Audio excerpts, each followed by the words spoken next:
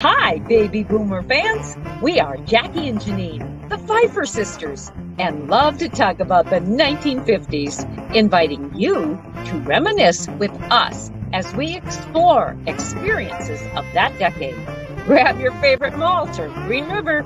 Make sure you are wide awake and get ready to be inspired about the 1950s.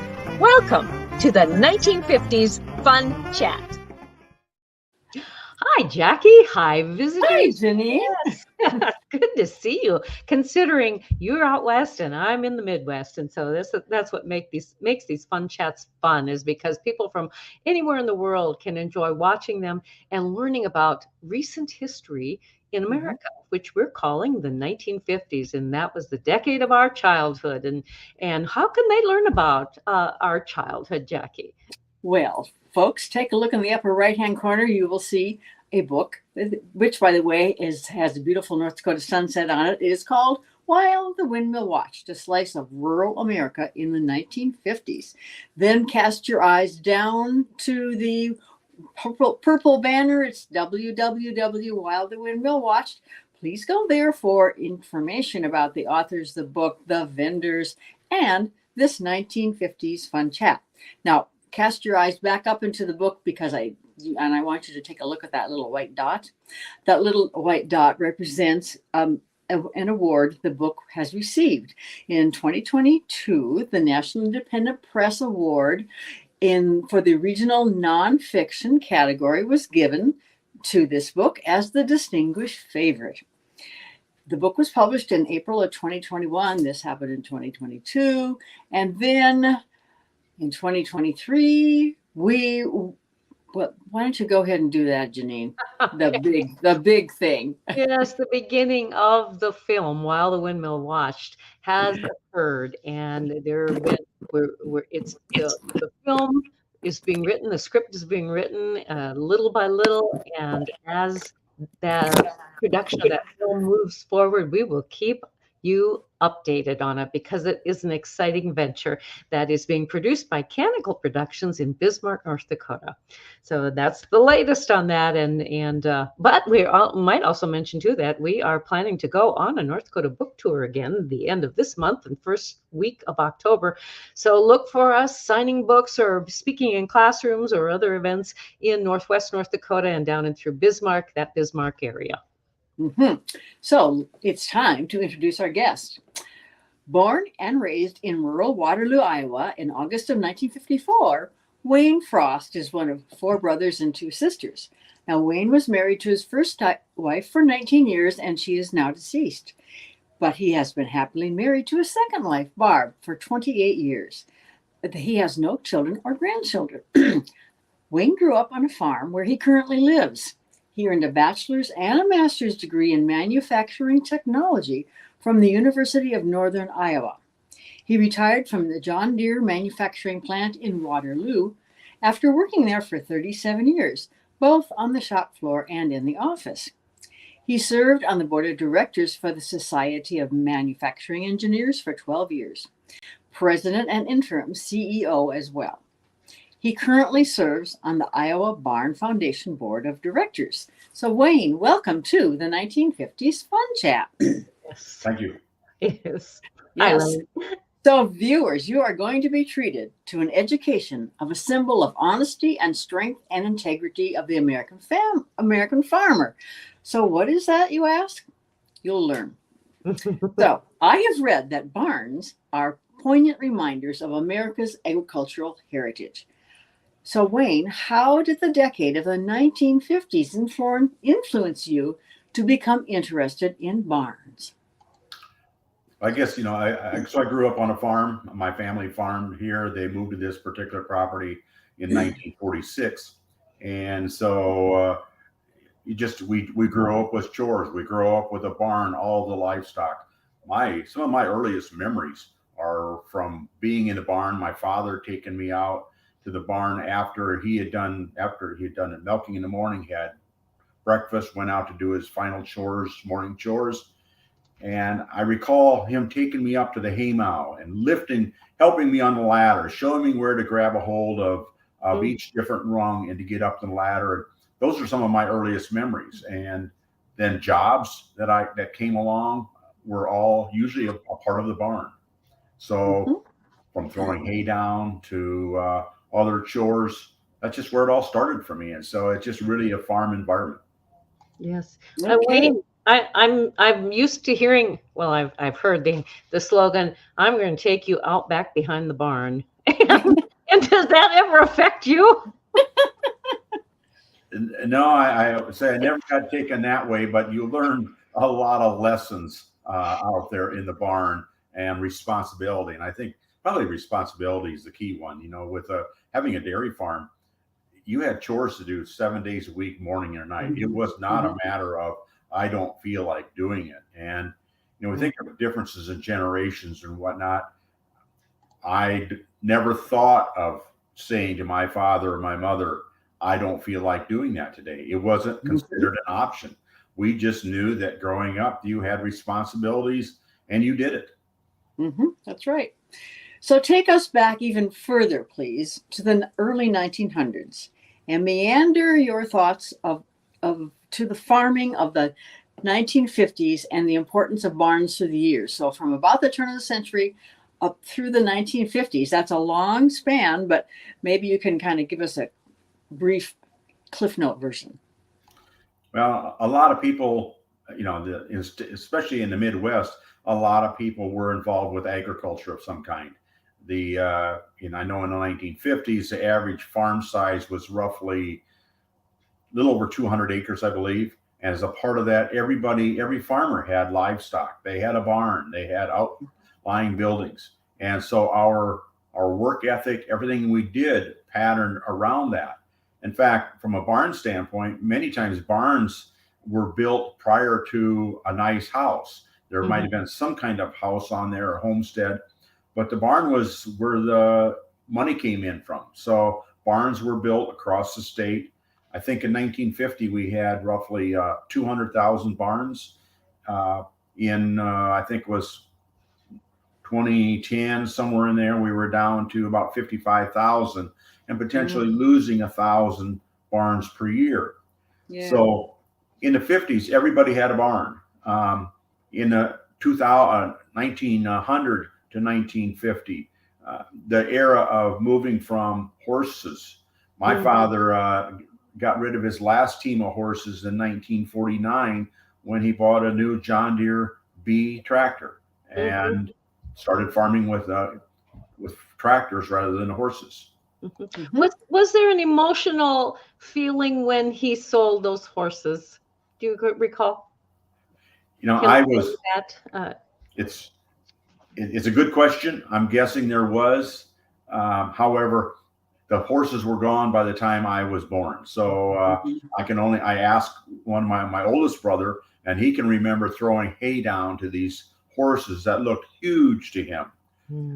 Interesting on the horses is maybe talk later about some things with the Iowa Barn Foundation, but as my brother Jim and I were cleaning out parts of the barn, getting it ready to be toured and whatnot, we started looking at the floor of the cement floor. And of course, it was cemented in late 1940s, and where the horse barn was. And so we still had horses in there for a period of time. And we noticed that there were spots in the cement where there were shallow dips, maybe about an inch deep. And it turns out this is where the last team of horses stood, and you could see the indentations they wore into the cement with their horseshoes. Yeah. Yes. Was the barn ever used then for the John Deere B tractor once the horses were gone? No, it was really used for livestock. So we used it. We farrowed hogs in that part where it used to be the horse barn, but we never used a tractor for that. But however, that tractor was used to pull loads of hay up into the hay mow as we unloaded hay for storage for the cows. Yes. Yeah. Yes. Great.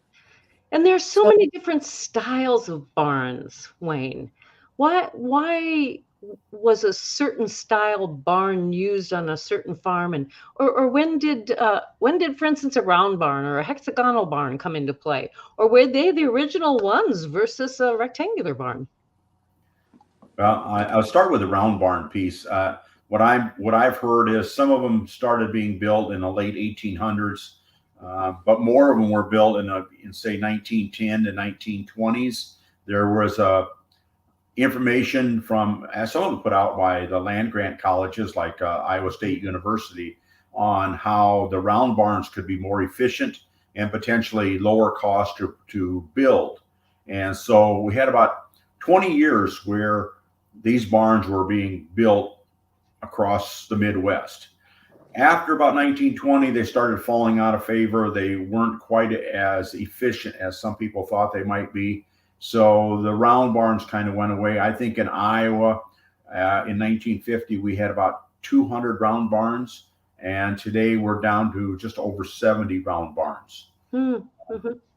But back to the other part of the question in terms of designs of barns, I've been in a lot of barns across the state, and I don't know if I've seen any two that are alike. It's different materials, different styles. A lot of them are bank barns where there's storage up above, how you can access it with a driveway. Mm-hmm. But it was really built for that specific farmer. What were his needs? How did the land lay? Did it get built into the side of a hill? Did they use limestone for the base, because they had a lot of limestone available to them? Some places they didn't use that. So a lot of boulders out of 2.5 foot diameter rocks that came out of some of these fields were used for the rock walls. So it's really depended on their location, how they were going to use it. And I'm sure that income played a role. I'm not sure how much it costs to put up a barn, but my barn is 86 foot long, 40 foot wide, and about 40 foot tall, very large beams.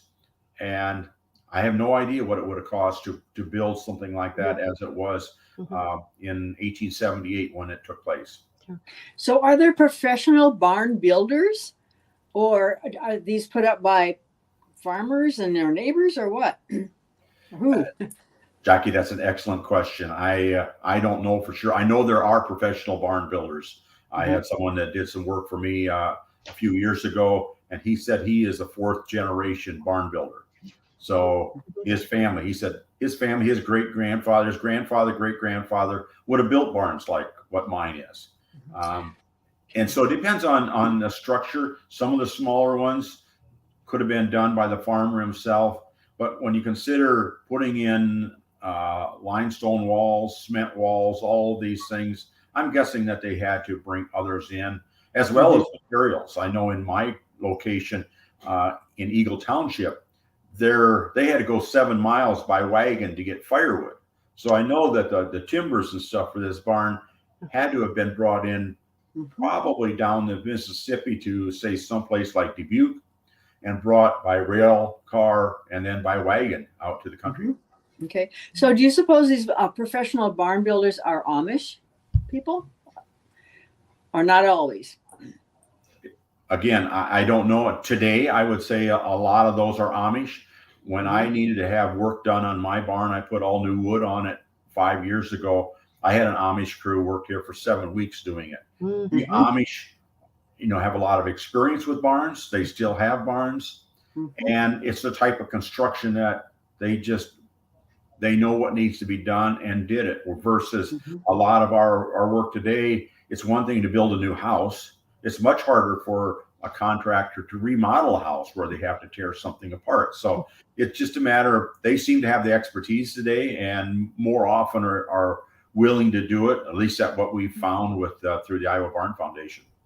And more willing to pass it on to the next generation. Absolutely. So they are still using their barns, and so in many cases our barns aren't getting used. My brother actually raises sheep in my barn at this time, but if you look across the landscape of Iowa, most of the barns are not getting any use, and that's really what's led to the demise of our barns. So earlier we talked about the era of horses versus tractors, and as you transitioned into the 50s, more and more tractors doing the farm work. Going past the 1950s, we started to see farmers only doing grain farming, and they got rid of their livestock. And so as they got rid of their livestock, they didn't need the barns anymore. The barn wasn't convenient for the type of farming that they were doing. So it got to neglect. And first thing you know, it blew down and wasn't replaced. You value your barn highly on your property, and just the sentimental value to it as well. Wayne, if your barn could talk, what would it tell you? What would it tell us of the story that the lifestyle that it has had? Well, there's no question that every barn building, if those walls could talk, the stories that it would tell. I think it would tell about labors of love, responsibility, how people took care of things, and they took care of their livestock. And it was just a way of life that those walls could share what it withstood, whether it was winter, whether it was summer. It would be very much an interesting story that I'd love to hear. That's for sure. We had a beautiful barn on our property of our childhood home, and unfortunately, last year or 2 years ago, it burned in a fire. But I remember going into that after Mom and Dad no longer lived there, and reframing in my mind what I remember having Mom and Dad having done in that barn, and the chores and the responsibilities that reflected our lifestyle. And it was almost as if I could smell the horses, or I could smell the manure from the milk cows, in the gutter. It really brought back wonderful, comforting memories to me. And does that affect you that way too, Wayne? Many memories, as I noted, some of my earliest memories from time of birth were around the barn. I would say that was my playground growing up. When for us kids, my brothers, neighbors come over, where would we go? We went to the barn. We would, we were influenced by the TV programs or radio programs that had been on in the 40s or in the 50s. I would say the Tarzan movies and whatnot. And so we braided ropes. We swung from the ropes, jumped from into the hay, and made tunnels. And so it was a playground as much as it was early. It was a playground early on, and then it became our work ground. Yes. Did any barns in your area have the hay mow that was used for square dances or community events or potlucks? I don't recall any in my area that were used that way.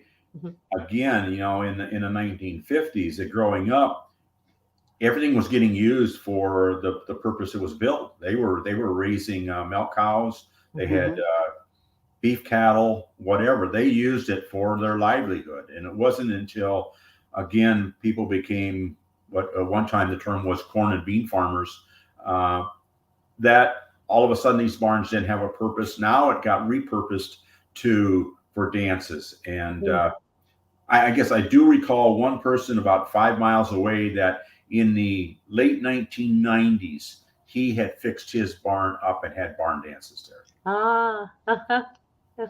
Fun. Yes. So tell us about this Iowa Barn Foundation, please. When did it start? Why did it start? Who started it? And etc. What's happening to that? Well, in the late, I think it was in 1997 when the Iowa Barn Foundation was formed.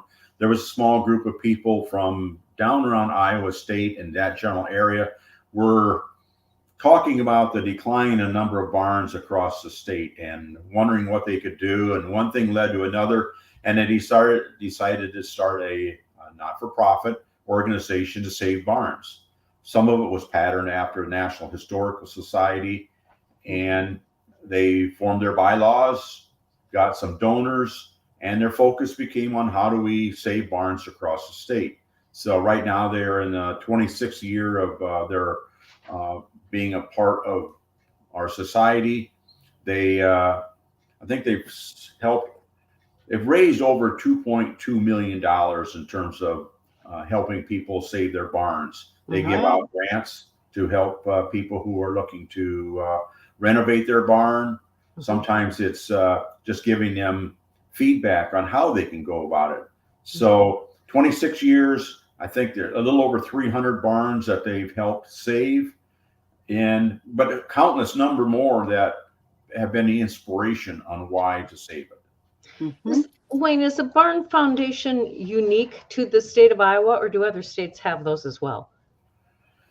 I believe there are a couple other states that have something somewhat similar, but nothing quite the same that we do in terms of their grants and the way we give.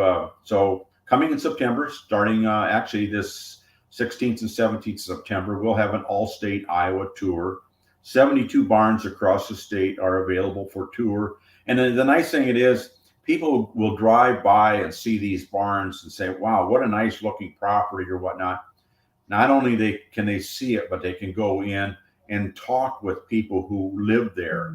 And, to earlier the question and comments about if these barns could talk, hearing the stories of each of these buildings and the families that their history revolved around it. So that in September, we have this 72 barns that'll be available. In June of every year, we pick one or two counties where we'll have about a dozen barns available for tour.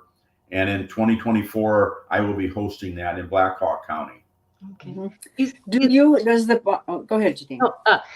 Go ahead. Thank you. Okay. Well, I was wondering, does the foundation then put a booklet together describing each of the barns and where they can be located? We do. So twice a year, our members get a magazine twice a year with information about all about the Iowa Barn Foundation, what's taking place. And it outlines where our barns are available. The great thing is, we would love everybody in the state and beyond to be members of our organization. But you don't have to be a member to go out on a barn tour. They're available, no charge. You just set up, there's 2 days that are aligned for it.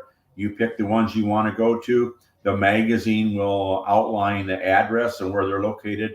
And now with modern technology, with our website, you can go out to the Iowa Barn Foundation website, click on any of these and get directions to the 72 barns that are going to be on the tour. Okay. Are these barns labeled with a brass plaque that says what year they were built or who was the original owner or what? Anything like that? Jackie, that's a great idea. We don't have that. We do have for barns such as mine. So again, I talked about that you could get money from the Iowa Barn Foundation to help you fix up your barn. That was something that I co-own this property with my sister Kathy Miller from Brooklyn, Washington. We talked about going through the Iowa Barn Foundation. There's a number of pros and cons. We chose not to go through the Iowa Barn Foundation and just split the cost between the two of us. However, after we were done, I submitted paperwork for the award of distinction from the Iowa Barn Foundation. So to your point, my barn has a plaque on it showing the award of distinction from the Iowa Barn Foundation. It does not show what year the barn was built. And that story is, for me, has been very difficult to determine. And what I can do, closest I can come is the late 1870s when my barn was built. In cleaning up my barn, I found this a builder stone that is in the corner of the foundation. And you can see where people have carved their names in it or whatnot. But in one end of the block, it has very formally carved 3 letters, JSM. And they were in big letters, and you could see it was done professionally. I thought maybe that was the contractor. I did research, libraries. I finally determined that they had a son, John S. Mitchell, who he actually died in a farm accident in 1879. And so hence I'm driving it back to 1878 that the barn was built, but it could have been maybe a couple years earlier than that. We had a large old farmhouse on the property. My mother, I don't know where she got her information. She thought that old farmhouse had been built in 1873. So I think the barn was built in around 1878 based upon his death, but his family continued to live there for many years after that. But I looked in records, sometimes in old newspaper articles, you could see something about a barn raising, some kind of event like that. I found nothing like that for my particular barn. So the idea of having a plaque on when it was built and by who is great. I mean, I think that whatever you can do to document your history, and again, that goes along with the comment about if these walls could talk. Yes. So I want one more question about that award. What is the award criteria? The award criteria is that it needs to be fixed up, basically close to what with the original product that was available. We do allow steel on the roofs, but at this point in time we don't allow steel on the sides. So they're looking for barns that have steel or wood-sided barns that are still used for somewhat original intent, whether it's still being used or not. But we aren't going to pay for going back to that dance hall or wedding reception. We're not going to fix up a barn for something like that. But we're looking for barns that are getting original use or fixed up in that general manner. Okay, thank you. Yes, and how does one go about requesting funds for renovating their barn? So through the Iowa Barn Foundation, they're going out to our website. There's a grant request form there that people are asked to fill in, give some history about the barn, take pictures of it, talk about how it was used. Is it a landmark that people recognize? So they ask a series of questions like that, get it submitted, and then twice a year, the Iowa Barn Foundation Board of Directors votes on those grants, what we can put money towards. Now, I would say I would love to be able to give money out to everyone who requests that from a grant process. The limiting factor is in terms of where can we raise money to do that. So we rely on donations. Some of that comes from memberships. Some of it comes from just very large sponsors that have recognized the mission that the Iowa Barn Foundation is on and have donated significant sums for us to utilize for grants. Wayne, have any of these barns been moved to museum sites? I know some of them have been, whether you call it a museum site or whatnot, some of them have been moved for that manner and saved for tours and such. We actually have one barn that is going to be on the June 2024 tour that, you referenced your barn burning down. Well, a few years ago in the Midwest here, we had the derecho that did a lot of destruction across the state. There was a barn down, I believe, somewhere around Cedar Rapids or Marion that was pretty much destroyed. They were looking at tearing the rest of it down. Family members asked if they could salvage some of it and move it. They actually moved it to a site about 2 miles from me and have reconstructed the barn. And so we're going to have that barn on our tour. And again, if these walls could talk, what story would it tell? Oh, yes. Through its journey. Yes. What's the most unique barn that you have ever seen or heard of? It's a hard question. I don't know. Unique is everyone is different. And so you see how it was used in different areas. The round barns are probably the most unique ones. We actually will have 8 round barns on our September tour. So from a uniqueness standpoint, I would say probably the round barn. But the rest of it is every barn, as I said, I have not seen, there's no cookie cutter approach. So they each have unique qualities based upon what their needs were for their farming operation. The architectural detail on some of these is amazing. And I'm thinking particularly of those rounded roof barns. How did those architects or even those farmers, farmers are very ingenuitive. How did they learn and decide how to build the roofs of those round barns, or the haymow area, you might say, in order to keep them standing and sturdy? I would say there were definitely some research done on that. A lot of the barns that were built, again, that were proposed, and the land grant colleges provided some designs and such for some of these. Mhm. The one of the reasons for the demise of the round barn, though, was it really took a different skill set to build that barn, because you don't have the beam structure for that whole roof. Many of those are self-supporting, so you have to have a structure that can hold that whole roof. So, and whether you steamed these boards to a curved location, to mold into the roundness, a lot of different techniques that were different than square barn. And so again, the skill set required, the drawings would have been different. I'm guessing there were probably, through the land grant colleges, there were some designs that were shared of general things you could do. But then you got to look at skill sets of these people.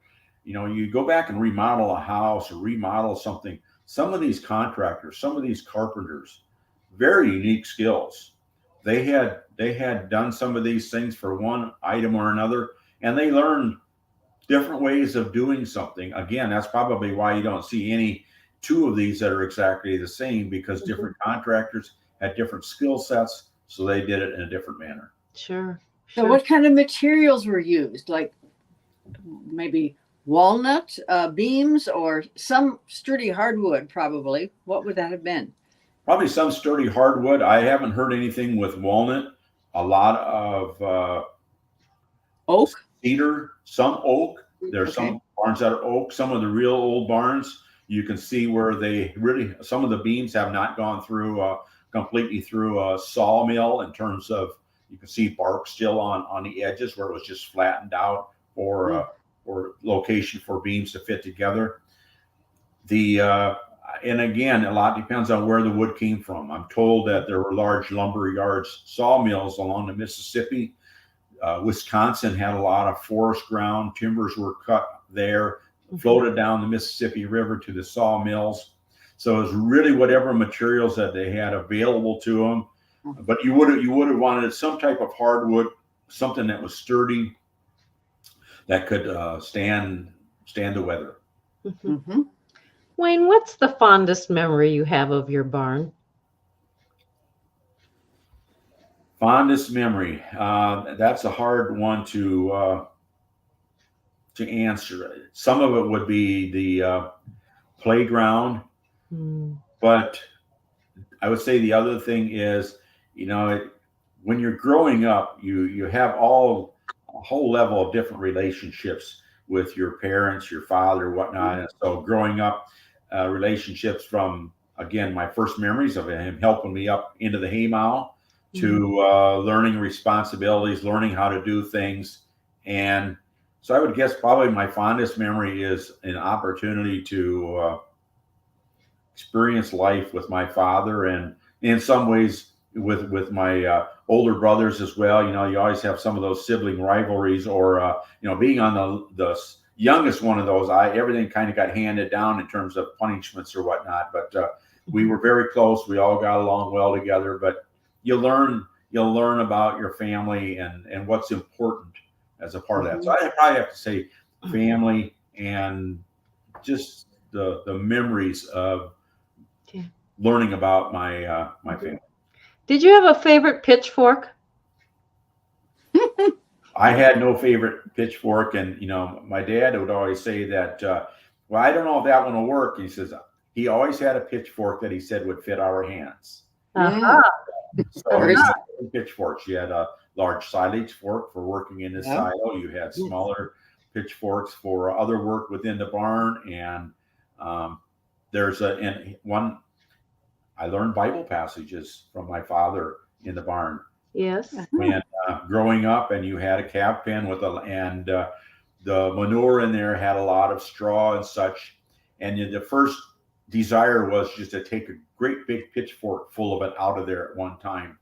And he taught us that no, you needed to take the last first and the first last, with a layer out of that one at a time to clean. And so even we even learned Bible passages in the How neat is that? Okay. Oh, viewers, we've just been having a wonderful conversation about barns, and particularly Iowa barns and the Iowa Barn Foundation from our guest, Wayne Frost of Waterloo, Iowa. And Wayne has certainly highlighted the upcoming Iowa Barn Tour. It's a self-guided tour. Just think of going on that tour this weekend on the 16th or 17th of September. You can find out more information from where, Wayne? Best thing would be to go to the Iowa Barn Foundation website.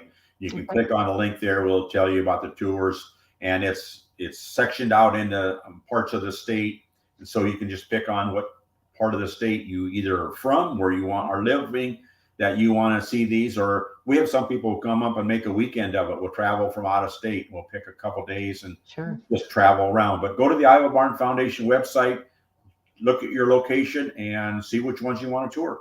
Okay. I thought of another question. Does the Iowa State Barn, I suppose Iowa State has a barn, do they not? They have some barns there, yes. Okay. But none as grand and as old. They weren't built after the land grant college system was set up? Or I haven't toured all of their grounds. Was down there for the Iowa State Fair. We had a booth at the Iowa State Fair in the agricultural building. Mm-hmm. And I know they've got their sheep barns, their cow barns, and all horse barns down there. And I've been in some of them. I don't know when they were built and how all they were used, but there are, again, from the different livestock shows at the Iowa State Fair, there are a lot of barns at the state fair. Now at the college, there are barns there as well because there's a huge agricultural program. Mm-hmm. I have not toured the ones on the Iowa State campus. There's a goal for you. Yes. Yes. Wayne, thank you so much for being our guest today. This has been a very informative, fun chat, and one that has brought back memories for me in my relationship with our barn when we were growing up in the 1950s. So thank you very much for being our guest. Thank you. And go ahead, Jackie. We appreciate you being our guest, and viewers. I would like to have you look at find a red spot on your screen. That is a subscribe button. We appreciate it if you would hit that one, and then also the blue thumbs up button. So until next time, tell your friends, even your relatives, about the 1950s Fun Chat. Toodaloo. Bye-bye.